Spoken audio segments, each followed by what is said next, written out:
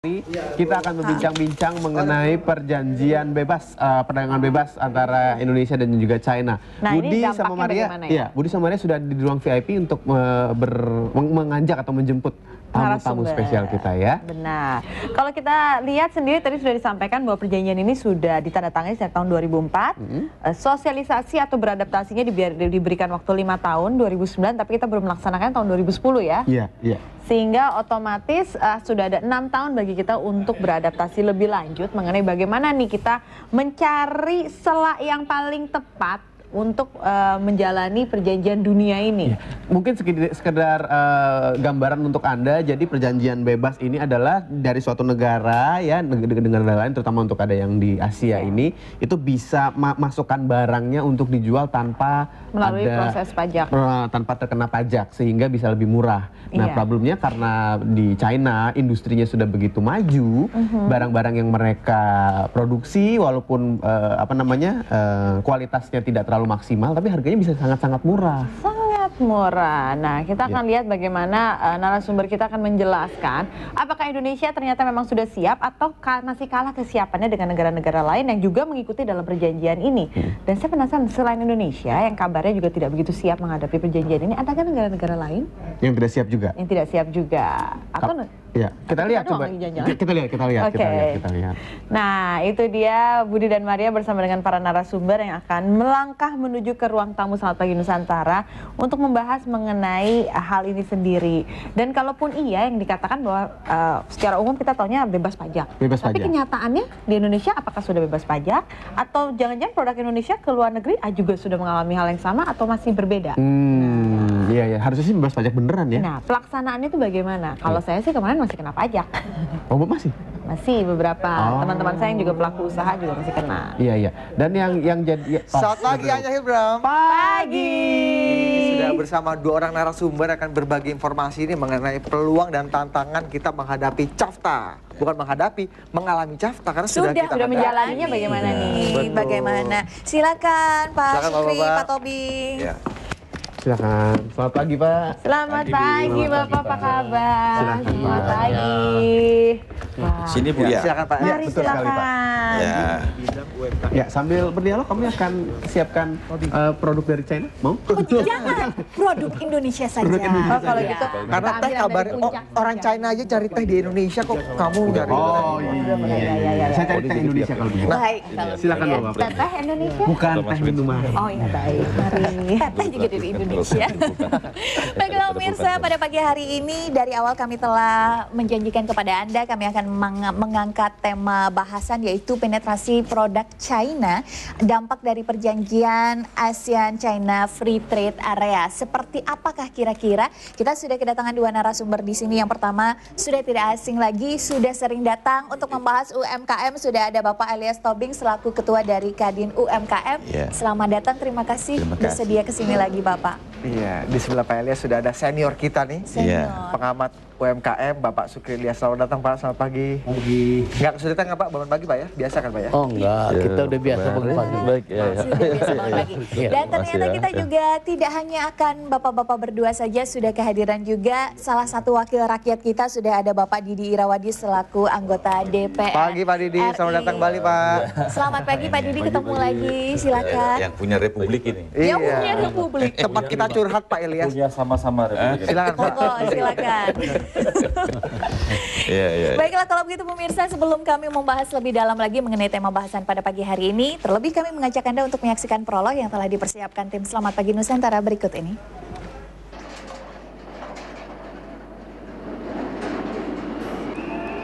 Sejak Januari tahun 2010, ASEAN China Free Trade Area atau ACFTA telah diberlakukan. Awalnya kerjasama ini bertujuan untuk mempermudah kerjasama perdagangan antara negara di kawasan Asia Tenggara dan China.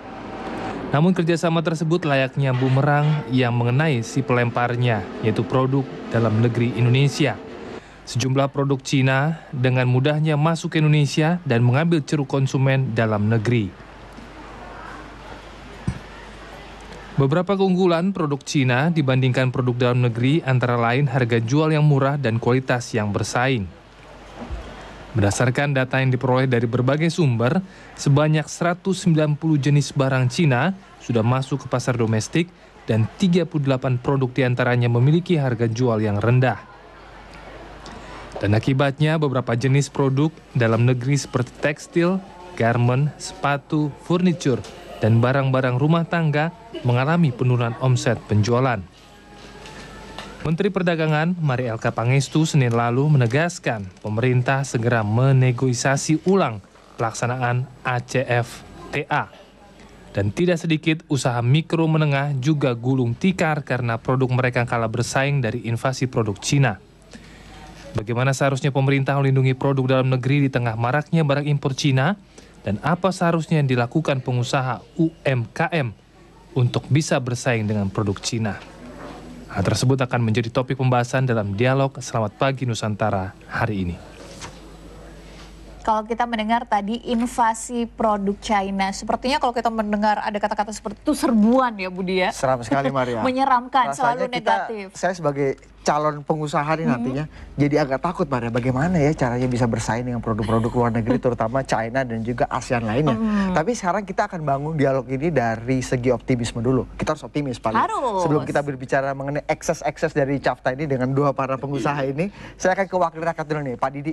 Kalau kita bisa lihat peluangnya Pak sebenarnya CAFTA tahun 2004 ditandatangani, tahun 2010 kita sudah menjalaninya. Peluang apa Pak yang bisa kita ambil? Kan Cina huge market, market besar, ASEAN juga marketnya besar, pertumbuhan ekonominya semakin tinggi. Peluang apa yang kita bisa ambil terutama di bidang industri, pertanian dan juga tenaga kerja yang bisa kita kelola dengan baik? Saya pikir pada awalnya penandatanganan ini, CAFTA ini, kan untuk melihat peluang-peluang yang bagus bagi kita untuk bisa masuk market di Asia lah, di Cina ya. Nah ini yang seharusnya dikaji lebih jauh. Kenapa produk-produk kita ini paling nggak di dalam negeri kita sendiri kok nggak laku, yang jadi persoalan. Jadi ini yang jadi sekarang harus jadi tantangan, perlu diadakan research bahwa bagaimana produk ini supaya bangsa kita mencintai produk kita sendiri. Dengan dibuka market ini juga kan peluang juga sebenarnya bagi produk kita di negara Cina, karena Cina ini market yang sangat luas. Betul. Dan ini sudah ditandatangani tentu dengan perhitungan bagi kedua belah pihak. Lagi pula produk Cina ini dari awal ini kan suatu produk alternatif ya. Karena produk-produk kalau kita bicara produk Eropa, produk Amerika itu sangat mahal. Ini menjadi pemecahan solusi bagi kalangan-kalangan bawah Indonesia untuk memberi produk yang bisa menjangkau. Sementara keunggulan produk kita ini, kenapa kok di negeri kita sendiri nggak laku? Ini yang jadi pertanyaan. Justru ini menjadi tantangan bagi semua pihak-pihak ekonom dan sebagainya harus mengadakan research yang kok produk sendiri kurang dicintai. Padahal ini tujuannya timbal balik sebenarnya. Nggak mungkin kita membuat suatu perjanjian tanpa memperhitungkan faktor yang menguntungkan kita juga. Dan juga bagi atas perdagangan kita yang ada di luar, tentunya juga harus jeli melihat peluang-peluang yang ada. Selama ini mereka ini harus lebih bekerja keras lagi, lebih giat lagi, sehingga produk yang produk kebanggaan kita ini bisa masuk market di sana juga. Karena tujuannya perdagangan bebas ini tentunya dari awal dipertimbangkan supaya ada investasi timbal balik yang bisa mengangkat derajat perdagangan pihak-pihak yang berada di dalam perjanjian ini. Harusnya idealnya seperti itu Pak. Tapi Pak Didi, kalau seperti tadi Budi mengatakan selama ini kalau kita berbicara mengenai adanya perdagangan bebas ASEAN China ini kita selalu berbicara mengenai negatifnya untuk negara kita. Tapi juga sebenarnya dari sektor pertanian juga sempat beberapa pelaku usaha dalam sektor pertanian mengatakan mereka tidak ada masalah dengan adanya perdagangan bebas ini. Anda melihat sejauh itu apakah memang sudah benar? Karena atau bisa aja dari sektor tenaga kerja misalnya Pak, kita TKI kita bisa ekspansi. Dari sektor pertanian nggak ada masalah. Seharusnya yang lain juga bisa tidak jadi masalah juga kan. Kenapa ya? Sekarang, jadi masalah? kita bicara tenaga kerja. Kenapa kok ini kan produk Cina unggul bisa murah karena efektivitasnya tenaga kerja mereka, tenaga kerja yang murah tapi bisa menghasilkan produk yang seimbang dengan. Nah di kita ini kenapa tenaga kerja kita juga nggak mampu bersaing? Ini juga kembali lagi jadi introspeksi kita. Baik. Tenaga kerja kita kan sebenarnya murah juga, tapi kok menghasilkan produk yang nggak bisa berkompetisi dengan tenaga kerja di sana. Tanda tanyanya banyak. Tanda tanya banyak. Itu yang akan kita tanyakan nih sebenarnya. Kita pancing Pak Didi untuk nanya sebenarnya ke Pak Elias. Pak Elias, apa Pak sebenarnya yang membuat ekses negatif dari CAFTA ini betul-betul dirasakan pengusaha, dan juga seperti kata Pak Didi, peluang-peluang yang mestinya kita bisa tangkap, ternyata kita malah lose. Ya, begini. Terima kasih. Jadi sebenarnya tujuan pemerintah untuk mengadakan persaingan bebas sejak sejak Januari ya, untuk berlaku Januari 2010 berlaku akta ini. Jadi maksud pemerintah ada persaingan bebas. Tapi persaingan ini ya kan, kalau bersaing kita harus lebih baik ya, kualitas harus lebih baik, harga harus lebih baik, baru kita bisa bersaing. Tetapi pemerintah tidak membenahi dari segi kualitas, tidak membenahi segi harga, bersaing dengan harga yang kualitasnya lebih baik, ya, harganya lebih murah, ya ambrol lah kita kan. Jadi anggota kami sekarang sekitar 25-30% gulung tikar ini. Kenapa? 25-30% udah gulung tikar ya. Jadi kenapa ya? Kenapa? Ini sebenarnya KUR katanya kan. Ini sebenarnya salah satu alternatif permodalan ya UKM ini. Itu hanya teori saja itu KUR itu ya. Sekarang sampai 7 triliun katanya udah disalurkan. Kenyataan apa? Kita cek ke lapangan, nggak ada Pak katanya. Kita bikin permohonan tetap minta jaminan katanya, dan tetap ada macam-macam lah begitu ya. Terus siapa yang dapat 7 triliun? Oh perlu diperiksa itu Pak katanya. Siapa itu Pak? Jadi transparansi belum ada sampai sekarang. Jadi kita juga ingin sebenarnya bagaimana masukan memberikan pemerintah ya. Kalau kita bersaing bagus ya, tapi harus diimbangi dengan kemudahan dari segi permodalan, kemudahan dari segi pemasaran, kemudahan dari segi teknologi, kemudahan dari kemitraan. Ini tidak ada, tetap aja jalan seperti biasa-biasa. Sedangkan di pihak lain harga makin murah, kualitas makin baik, bagaimana bisa bersaing? Ya, terutama tadi bilang sepatu, garment, kemudian alat elektronik ya, kemudian mainan anak-anak, ambrul semua itu semua lebih baik buatan Cina. Dari si kualitasnya baik, harganya lebih murah. Inilah sekarang yang kita alami. Jadi kalau ini terus menerus ini akan makin parah lagi, maka kita perlu ini tadi perlu diadakan peninjauan secepatnya ini. Baik, kita sekarang pengen ke Pak Sukri. Pak Sukri, Anda sebagai satu orang yang memang sering terjun langsung untuk mengamati kenyataan yang ada di lapangan sendiri. Kita berbicara mengenai perdagangan bebas Asian China ini, banyak dampak negatifnya yang mengatakan UMKM tidak bisa berkembang. Pertanyaan saya, apakah memang hanya ketika terjadi perdagangan bebas ini saja UMKM kemudian memang cenderung merosot, atau memang sebelum-sebelumnya memang belum ada satu prestasi yang sejauh ini bisa dilihat nyata? Gini ya, dari hasil kajian kita ya, saya juga peneliti ya. Kajian kita survei ke beberapa daerah itu. Paling tidak ada 5 hal yang saya lihat di dalam apa ini. Pertama, dari segi penumbuhan iklim usaha ya. Dari penumbuhan iklim usaha ini, keberpihakan pemerintah terhadap UMKM ini saya lihat belum kelihatan. Contoh soal. Seperti apa Pak? Masalah perizinan usaha mudah. Perizinan usaha itu kita urus misalnya dari mulai urusan domisili sampai ke Menkominfo macam-macam itu. Itu memakan waktu bisa 3 bulan dan kosnya bisa 10 juta. Untuk perizinan aja Pak ya? Perizinan mulai dari domisili sampai ke SIUP, sampai ke DDP macam-macam itu. 10 juta udah bisa jadi modal tuh Pak. Makanya. Kalau Bapak sendiri pernah mengalami Pak? Saya mengalami sendiri, makanya saya bicara gitu. Bukan cerita bohong. Iya. Ya kan? Kemudian kesempatan daripada berusaha. Ya. Kesempatan berusaha Anda lihat nggak sekarang? Betapa menjamurnya mal-mal yang tumbuh di Republik ini, ya, sehingga usaha kecil menengah itu terpojok. Tahu nggak Anda, Carrefour itu di Singapura cuma ada 1 Pak. Di Republik Jakarta ini ada berapa puluh Carrefour, Sehingga yang tadinya usaha kecil menengah ini itu semua terancam. Habislah market mereka, habislah peluang mereka. Kenapa tidak ada satu regulasi di pemerintah untuk membatasi hal seperti itu? Saya lihat di Singapura cuma satu Carrefour, percaya atau tidak lihat lah. Di sini setiap pojok. Tadinya masalah di daerah Jakarta Selatan ya, ada beberapa usaha kecil menengah itu yang hidup. Begitu Carrefour tumbuh Pak, hilang semua itu. Iya kan? Mereka tidak pernah memberikan kesempatan kepada UKM, katakanlah saya lihat di Malioboro misalnya di Bandung ya, itu jam 6 pagi sampai jam 9 pagi diberi kesempatan UKM berjualan di situ. Anda pernah nggak ke Malioboro? Jam 10 mereka ini, malam dikasih lagi usaha kecil menengah. Artinya, walaupun mereka konglomerat punya toko-toko, memberi kesempatan juga kepada UKM untuk berjualan itu. Kenapa Carrefour sekarang tidak pernah mengatakan itu? Pernah nggak DPR memperlihatkan itu gitu loh? Saya pengen tahu. Pernah nggak Pak tahu seperti itu? Saya ingin tahu nih ya. Karena ini wakil rakyat. Kita ini rakyat Pak. Iya Pak. Kita ke rakyat. Terus satu hal seperti yang harus diperhatikan. Kemudian pernah nggak kita mempromosikan nih barang-barang kita ini keluar? Nah, kemudian dari yang kedua ya, pengembangan usaha. Dari segi pengembangan usaha di bidang produksi, ya, bidang produksi kita harus melihat pengembangan usaha kita. Produksi apa kita? Tahu nggak Anda kenapa produksi kita kalah bersaing sama Cina? Kita high cost, invisible cost terlalu tinggi Bu. Invisible cost nggak tanggung-tanggung.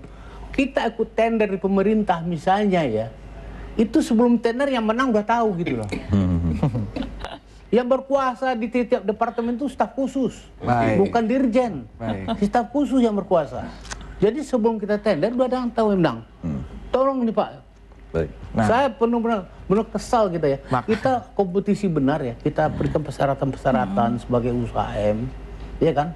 Persyaratan dari mulai apa namanya harus ada daftar anggota Kadin macam-macam. Betul. Buat apa di daftar anggota Kadin? Kadin tidak pernah manfaat sama kita kok. Baik Pak. Makanya sekarang kita tanya ke Pak Didi. Pak Didi. Tadi dikatakan Pak Elias dan Pak Sukri bahwa sebenarnya kan kalau dalam perdagangan itu yang efisien, yang tidak efisien akan terhempas nih Pak. Tapi ternyata yang membuat para pengusaha itu tidak efisien karena high cost itu karena faktor-faktor di luar pengusaha itu sendiri Pak. Iklim investasi, perizinan, infrastruktur.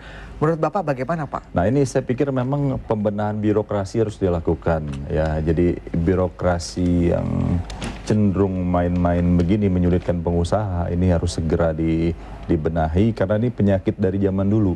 Ini yang mengakibatkan ekonomi yang biaya ekonomi yang tinggi. Benar yang Bapak bilang ini masukan buat kami ya, buat DPR. Jadi ini pembenahan birokrasi harus semangat kita kan sebenarnya bagus ya. Bagaimana perdagangan kita bisa bersaing di kancah Asia Tenggara dan Cina ini. Tapi kalau dengan birokrasi yang tadi dibilang bisa perizinan 10 juta dan sebagainya, ini harus dibenahi dan tentu dari pihak pemerintah harus melakukan tindakan-tindakan pungutan-pungutan yang nggak jelas ini harus diadakan tindakan tegas. Kalau nggak memang sulit juga, ini yang mengakibatkan tingginya cost ya.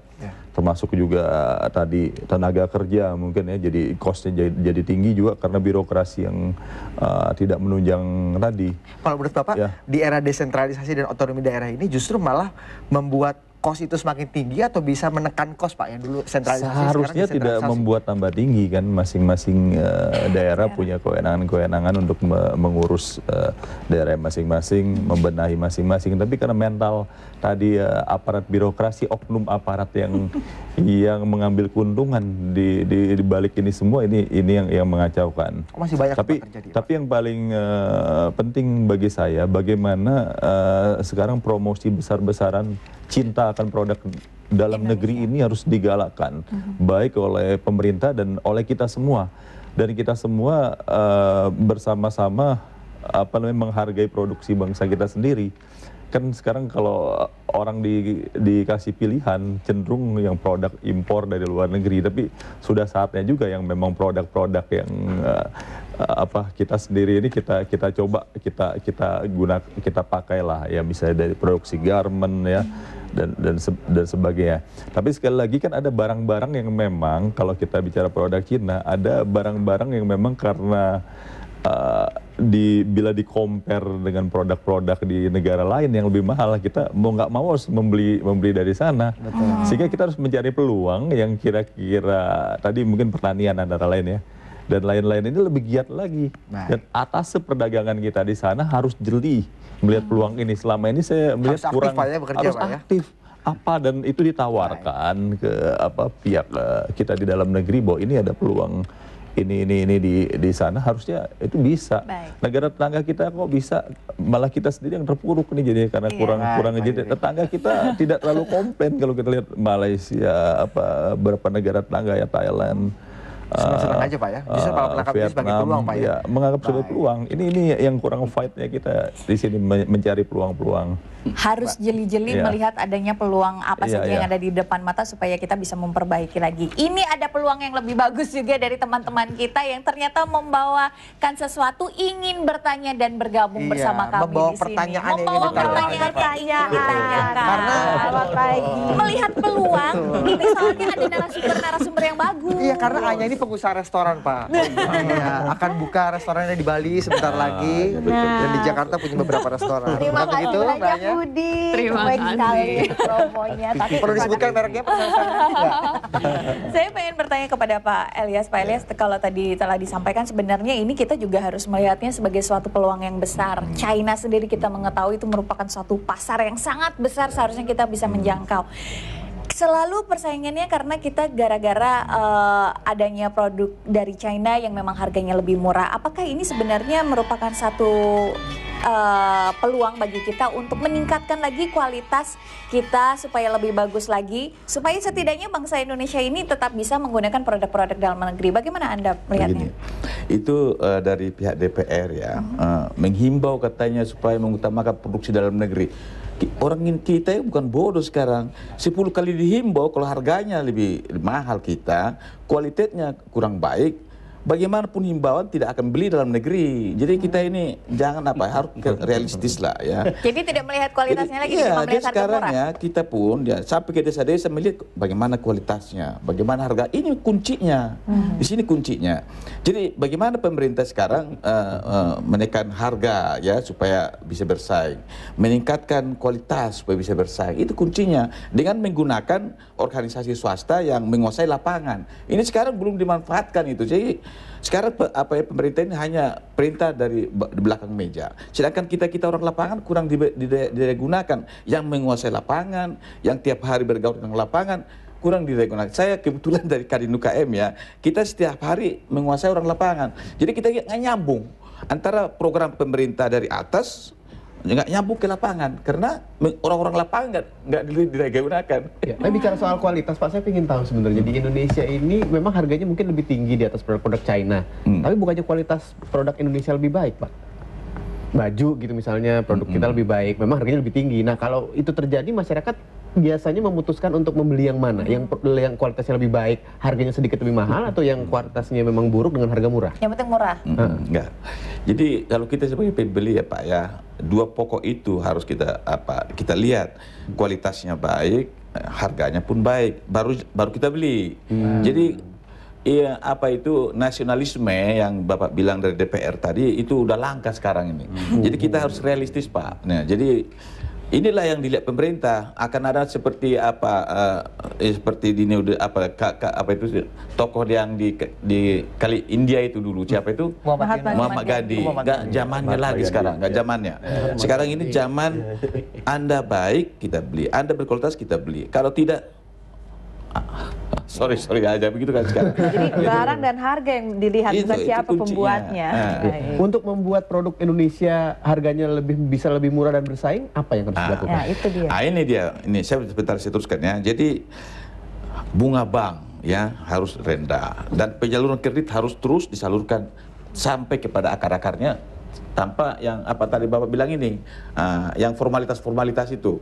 Jadi tadi dari pihak koperasi bilang tender katanya sekarang belum udah tahu pemenangnya ya. Kredit pun sekarang hanya formalitas, teori gampang, kenyataan di lapangan sulit kan, begitu kan? Jadi ini yang kenyataan sekarang yang perlu dibenahi oleh pemerintah. Baik. Nah, Pak Didi, kalau dilihat dari suara masyarakat ini kan sudah banyak sekali. Nah, bagaimana tindakan yang akan dilakukan dari DPR untuk mengatasi ini? Karena kalau kita dengar suara, mereka hasilnya kita cuma menunggu hasil. Nah, hasilnya itu ada kendala di mana sih dalam mewujudkan keinginan masyarakat? Kalau yang saya dengar dari bapak-bapak ini itu masukan yang berharga. Terlihat birokrasi yang berbelit-belit, lalu apa namanya tadi permodalan yang sulit karena birokrasi lagi kembali. Ini yang harus segera dibenahi bahwa ini kenyataan ini ada. Padahal produk kita sendiri sebenarnya kualitas tidak kalah sebenarnya kalau paling nggak di garment, di beberapa produk pertanian dan sebagainya. Ini tentu yang harus kalau dengan birokrasi nantinya diperbaiki bisa dengan harga yang lebih murah mungkin ya. Produk Cina sesungguhnya kan tidak semuanya bagus juga. Ada produk-produk yang sekali pakai dibuang, sepengetahuan saya. Di negara-negara maju saya lihat misalnya dia ciptakan payung yang murah nih, darurat tiba-tiba hujan sekali pakai dibuang gitu. Mungkin kita bisa menciptakan yang lebih bagus. Tapi memang ada produk-produk yang memang kita perlukan juga, yang produk teknologi yang karena memang kita nggak bisa menciptakan. Tapi ini kan harusnya kita yang tadi dibilang bapak-bapak ini ada produk-produk unggulan kita ini dengan nanti birokrasi yang kita dibenahi, dan paling penting juga bagaimana promosi ini ditingkatkan. Mungkin pos untuk promosi tadi lebih besar lah porsinya di dalam negeri kita sendiri, sehingga masyarakat itu benar-benar bisa tidak tergantung produk Cina tadi yang soalnya Indonesia juga market yang besar sekali, market yang besar. Indonesia sendiri market yang besar, tapi kalau bangsa kita sendiri udah susah mencintai produknya sendiri, bagaimana? Supaya dicintai harus ada keunggulan dan juga harus ada inovasi. Saya akan tanya ke Pak Sukri. Pak, langkah-langkah untuk bisa para pengusaha ini berinovasi. Kalau China kan membuat produk yang sangat massal untuk seluruh dunia. Jadi tidak customize atau tidak apa ya, tidak khusus. Indonesia kan bisa dengan inovasi-inovasi itu bisa membuat produk khasnya Indonesia. Sebenarnya inovasi dan langkah-langkah seperti apa yang harus dilakukan pengusaha supaya bisa lebih berinovasi dan bisa bersaing, Pak? Terutama untuk market dalam negeri aja dulu, Pak. Dan sebutnya kan gini ya, tadi Pak DPR ini bilang kita mencintai harus produk dalam negeri gitu ya. Saya bukti mencintai waktu saya pakai batik, Pak. Supaya ketahuan saya memang ingin membeli produk dalam negeri gitu. Jadi kita ini jangan NATO ya.